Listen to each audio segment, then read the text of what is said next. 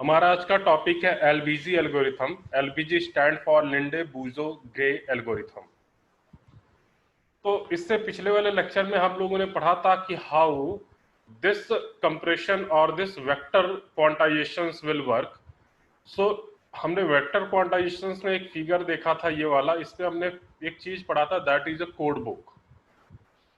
हमने ये पढ़ा था कि सबसे पहले हम we can find the closest code vector, and after finding the closest code vector we can separate code book and separate index. So code book हम कैसे निकालते हैं? So to find the code book we use LBZ algorithm. To find this code book we use LBZ algorithm. So LBZ algorithm is used to find code book efficiently, and it has minimum distortions and error. We find code book but minimum distortions and error. And LBZ algorithm assume the code word length to be fixed. Variable length नहीं होनी चाहिए, fixed length होनी चाहिए. The set of quantizer output point is called code book of the quantizer, and the process of placing these output points is often referred as the code book design. Most popular approach to design a vector quantizer is called clustering process. Clustering process. And we use K-means algorithm, which was developed for pattern recognition application. For clustering, we use K-means algorithm. आप लोगों ने पढ़ा होगा K-means, K-medoid algorithm. Yes, data sir. mining and warehousing में. So here we use K-means algorithm to find the code book, and it is developed for pattern recognition application and also part of AI. So K means के बारे में हमें नहीं पढ़ना है. We have studied only for LBZ algorithm, and this one is the LBZ algorithm. क्या कह रहा है अभी हमें कुछ समझ में नहीं आएगा. सबसे पहले हम एक एग्जाम्पल देखेंगे, and after seeing this example we can see what is the algorithm says step by step. So let us have an example.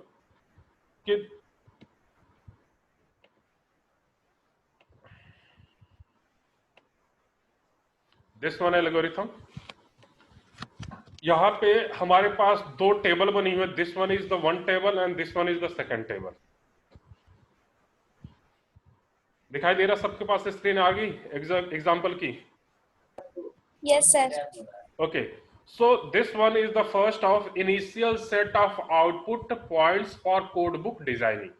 This one is the output points for the code designing, and this one is the training set. With the help of training set, we have designed a code book which has minimum distortions. ये initial code book दिया हुआ है. This one is the first table is a initial code book, and this one is the training set. With the help of this training set, we have designed a code book which has minimum distortions and error. So जब हम minimum distortions and error find out करेंगे, then this code book will be changed. And in this algorithm, we have only changed this code book. So let us see. इस example में हमारे पास एक code book दिया हुआ. This one is called initial code book and this one is the called training set. Here in initial code book we have a height and weight. For height 45 we have weight 50. For 75 we have 117. Again for 45 weight, height, we have a weight 117, and same at is 80 and 180. This one is the code book. And what is the training set? It also have height and weight. This one is a 44, weight is 41, height is 59, weight is 119, height is 62, weight is 114, 65, 120, 72, 180, 72, 175, and so on. कुछ भी हो सकता है, अभी हम एक example लेकर के चल रहे हैं। सो सबसे पहले क्या काम करना है, we have draw a plot, this one is we have draw a plot. और कैसे क्या करना है ये देखते हैं। बहुत ही कॉम्प्लेक्स चीजें है, उसको सिंपल तरीके से बताने की कोशिश की जा रही है, सो आप लोग ध्यान से सुनिएगा। इनिशियल में हम सबसे पहले क्या करेंगे, we have a plot of this code book. So we have mentioned, suppose this one is 1, this for second 2, third and fourth. Renaming कर लिया कि ये हमारा पहला है, ये दूसरा है, ये तीसरा है, this one is third and this one is fourth. On the same way we have A, B, C, D, E and F. इसको भी रीनेमिंग कर लिया हमने, A B C D E F. जरूरी नहीं है, बस एक सिंपल करने के लिए, प्रॉब्लम को सिंपल करने के लिए हमने रीनेम किया है, और कोई मतलब नहीं है। So in this case we have X axis, in X axis we have represent height and in Y axis we represent weight. So for the code book first height is 45, so this one is a 45, और इसके correspondence Y axis में weight है 50, सो 50 Y axis में और x axis में 45, so this one point is, we can say that this point is first. Same way height 75 and weight is 117, तो height 75, 70 और 80 के बीच में दिस वन, एंड 117 मीन्स 100 से थोड़ा ऊपर, तो second point is a 75 and 117।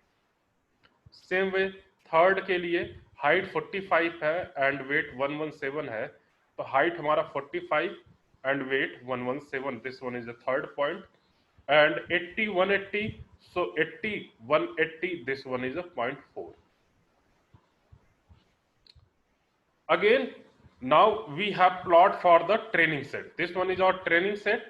For A, height is 44 and weight is 41, so height is 44 and weight is 41, this one, this point is A, this point is A. For B, 59 and 119, so for B height is a 59, means B can say that height is a 59 something like 60 से पहले, और उसके correspondence wait है 117, सो 100 के ऊपर, so we find this point B। इसी तरीके से हमने C D E F सबके लिए ड्रॉ कर लिया point C D E F। Now we have find कि A B C D E F ये 1 2 3 4 इनमें से किसके पास है, means we can say that we will now find the range कि A B C D E F पहले range में है, फर्स्ट रेंज में, या सेकंड रेंज में, या थर्ड रेंज में, या फोर्थ रेंज में। means for code book this one is the first range, this one is the second range, this one is the third range, and this one is the fourth range. So now we have find that our training set lie in which range, either first, second, third or fourth. So here we have draw a table, this one is a training set table, and in the same thing जो हमारा data training set में था हमने as it is लिख लिया, 44 weight 41 height 59 119, this one is the same thing जो हमारा यहाँ पे ट्रेनिंग सेट था, सेम थिंग। नाउ हमें अपने कोड बुक को अपडेट करने के लिए इटरेट करना पड़ेगा, means we have applied iterations procedure to update our code book so that we can find a new code book which have minimum distortions and minimum error. So we iterate and find new code book which have minimum distortions and error. So this one is the first iterations, and after first iterations this ABCD means training set lie in which region and what is the distortions. After second iterations, in which range A, B, C, D, E lie, and what is the distortions value of A, B, C, D, E, F. This is the, and after that we can compute third iterations, fourth iterations, जैसा भी example होगा, या example में दिया होगा कि you have find up to second iterations, या फिर ये दिया होगा कि you can iterate until you have not find average distortions 7 और 8, एनी वैल्यू कुछ भी दे रखा होगा। दो चीजें क्वेश्चन में दी होंगी, पहला या तो you can iterate up to N level और you can iterate until you have not found the average distortions less than n values। तो दोनों में से हमें कोई एक लेकर के इटरेट करना है। अगर दिया हुआ सिंपली कि थर्ड इटरेशन तक तो हमें 3 बार इटरेट करना है, 4 दिया है तो 4 इटरेशंस परफॉर्म करने हैं, या फिर अगर ये दिया है कि आप इटरेट तब तक करते जाइए जब तक कि आपका एवरेज डिस्टोरेशंस वैल्यू इससे कम ना हो जाए। सो हम इटरेशंस परफॉर्म करेंगे and after iterations we compute what is the region and what is the डिस्टोरेशंस।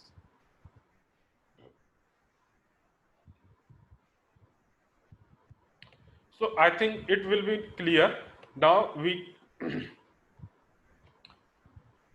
go further how we will compute region and how we will compute iterations. So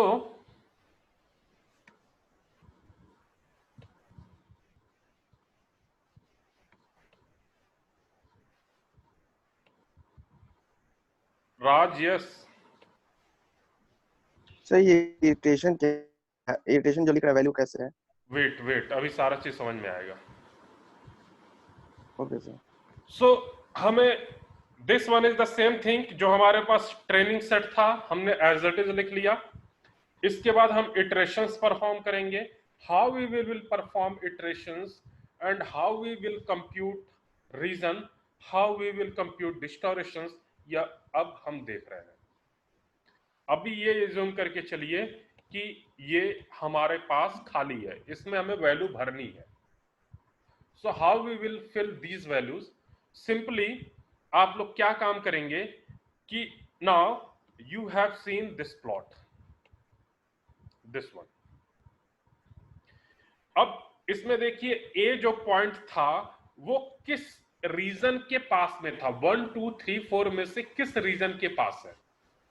सो आप लोग देखिए point A जो था, this point A first region के पास है। So we have write simply first region. Point B जो था, दिस पॉइंट, ये किसके पास है, सेकंड के पास है या थर्ड के पास है। तो अब देखिए यहां से तो सेकंड और थर्ड हमें नियर अबाउट सेम लग रहा है। So how we will compute कि ये सेकंड के पास है या थर्ड के पास है। हाँ, ई और एफ के बारे में हम बोल सकते हैं कि ई और एफ हमारा फोर्थ के पास है, डी और सी हमारा सेकंड के पास है। देखिए यहाँ पे सी और डी दोनों के लिए रीजन सेकंड के पास है, इसीलिए हमने यहाँ पे रीजन सेकंड लिखा। ई और एफ फोर्थ के पास में है, इसीलिए हमने ई और एफ के लिए we have write region fourth. But for B what is the region, either 2 or 3। तो जहां पे नियर अबाउट सिमिलरिटी हो, how we can compute what is the region. हालांकि रीजन कंप्यूट करने के लिए पूरा एक प्रोसेस है, बट अगर आप उस प्रोसेस को करेंगे तो आप अपने लिए ही लेंदी कर रहे हैं। एग्जाम में क्वेश्चन आ जाएगा, then you have compute the region and it will take near about 15 minutes. कितना भी आप फास्ट कैलकुलेशन करोगे। तो हमें सिंपली ग्राफ को देख करके ये फाइंड आउट करने लेना है कि किस रीजन में आ रहा है। हाँ, एक दो वैल्यू ऐसी रहेगी जो ग्राफ के थ्रू हम नहीं अंडरस्टैंड कर सकते हैं कि किस रीजन के पास है। इन दैट केस हम क्या करेंगे, वी हैव फाइंड कि देखो हमें b के साथ प्रॉब्लम थी, सो इन दिस केस b, देखिए हाइट क्या है 59, तो 59 किसके पास में है, तो देखिए 45 और 75, तो 45 से 59 के बीच में अगर हम 45 माइनस 59 या 59 माइनस 45 कर ले रहे हैं तो 14 आ रहा है, 14। और अगर 75 कर रहे हैं तो 59 माइनस 75 या 75 माइनस 59, तो ये हमारा 16 आ रहा है। तो आप बताइए 14 कम है या 16 कम है? Obviously 14 is less value in compare of 16। 14 is a less value in compare of 16। Now अब देखिए यहां पे भी 45 था, यहां पे भी 45 था, तो हम b के साथ माइनस कर रहे हैं, मींस 59 को माइनस कर रहे हैं, तो इसके लिए भी 14 आया, इसके लिए भी 14 आया और इसके लिए 16 आ गया। तो अब ये 14 रख रहा है, means this one is a difference 14, this one is a difference 14, तो हम फर्स्ट लेंगे या थर्ड लेंगे? Again we get confuse. Now we will see weight. So 119 minus 50, so we will get 69. But 117 minus 119 or 119 minus 117, then we will get 2. So obviously 2 is less than 69. तो हमारा 117 वाला difference कम आ रहा है, so we will take region 3. So इस तरीके से हमने ये रीजन कैलकुलेट कर लिया कि ये 3 में आ रहा है, और इस ग्राफ को देख करके हम ये फाइंड आउट कर ले रहे हैं कि बाकी कौन सा रीजन है। सो इस तरीके से हमने रीजन फाइंड आउट कर लिया। Now we have compute distortions. Distortions find out करने का भी यही सेम प्रोसेस है। कैसे प्रोसेस है आप लोग देखिए, दिस वन कि हम पहला दिखा रहे हैं ए के लिए। So this A means this training set data which height is 44 and weight is 41 lie in the region 1, lie in the region 1. So reason 1 में हमारा हाइट और वेट क्या है 45 50, और यहां पे हाइट क्या है 44 and 41. So we compute distortions with the help of formula कि 45 mod value of, or we can say that difference of 45 and 44 का whole square plus difference of 50, this 50 plus 41 का whole square. So difference of 45 plus 44 is equal to 1 and 1 का square is 1. Difference of 50 plus minus 41 we will get 9, 9 का whole square 81, 81 plus 1 we got 82. So this one is the distortions 82. Again for the same B के लिए कैसे distortions find out करेंगे? So for the training set B which height is 59 and weight is a 119, we have reason 3. So now we compare with these values 45 and 117, because for training set B it lie in the region 3, and for the 3 height and weight is a 45 and 117. So we can compute 45 minus 59, or difference of 45 and 59 we get value 14, 14, and 117 difference with 119, so value is 2, 2 का whole square is 4, and this one is a 14, 14 का square 196, and 196 plus 4 is equal to 200. And the same process will be applied for the all values C, D, E, F. We find the distortions, this one. After finding the distortions of individual values, we have find the distortions average, and this average distortions will be denoted by D0 for first iterations, D1 for second iterations, D2 for third iterations, means D की power n minus 1, where n is the number of iterations. So D naught, how we will calculate D naught means we add these values and divided by total number of training set, means A, B, C, D, E, F, total 6 number of training set. So add all the distortions, that will be 722 divided by 6 and we will get 120.3. This one is the distortions if we use this code book. If we use this code book, then we will find distortions value is 120.3. Now after this process we can again iterate, means we can again process, again go one another process for second iterations. So second iterations कैसे perform करेंगे ये आप लोग देखिए. Reason हमारा same होगा जो हमारा फर्स्ट इटरेशंस का है. We have find only the distortions values, we have find only the distortions values. But कैसे डिस्टोरेशंस वैल्यू कैसे हम फाइंड आउट करेंगे? सो this one, from first iterations we see that average distortions is 120.3 and it is with initial set of output points for code book and design. Now for the second iterations we update the training set of output values for the code book design. So we have updated this values, this one is code book जो पहले था, हमें इसी को update करना है because we have find this code book with minimum distortion. So how we will update? So A is in first region, so we will update A. See, this one A lie on first region, so we will update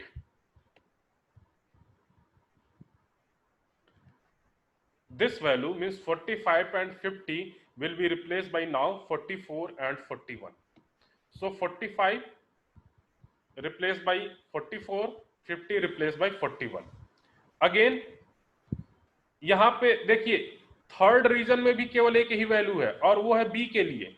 so original code book में B वाला भी means third reason के लिए value update हो जाएगी. This 45 will replace by 59 and this 117 will replace by 119.